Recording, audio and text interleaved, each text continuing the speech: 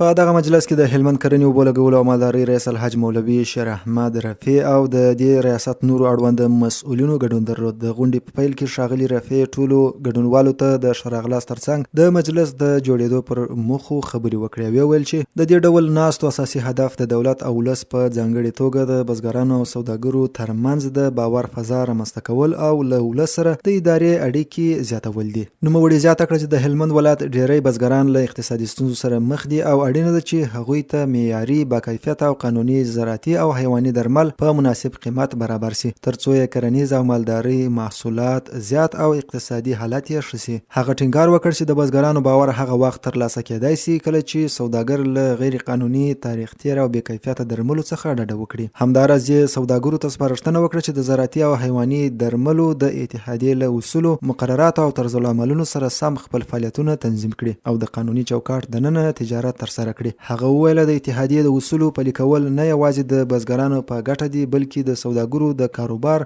د دوام او د اعتبار سبب هم ګرځي. نوموړي ډاډ څرګند کړ چې د سوداګرو د هر ډول ستونزو او مشکلاتو پر مهال به د کرنې اوبو لګولو او مالدارۍ ریاست د هغوی ترڅنګ ولاړ وي او د ستونزو د حل لپاره به لازمي همغږي او همکاري ترسره کوي. هغه زیاته کړه د ځان د ولس او سوداګرو خادم بولي او د بزګرانو د ښه لاسنیوي او کرنیز سکتور د پیاوړتیا لپاره به له هیڅ راز هڅې ډډه ونه کړي. په پای کې ګډونوالو هم خپل ستونزې، وړاندیزونه او نظریات د کرنې رئیس سره شریک کړل او د ورته ناستو د دوام غوښتنه وکړه ترڅو د بزګرانو او سوداګرو ترمنځ همغږي نور هم پیاوړې سي.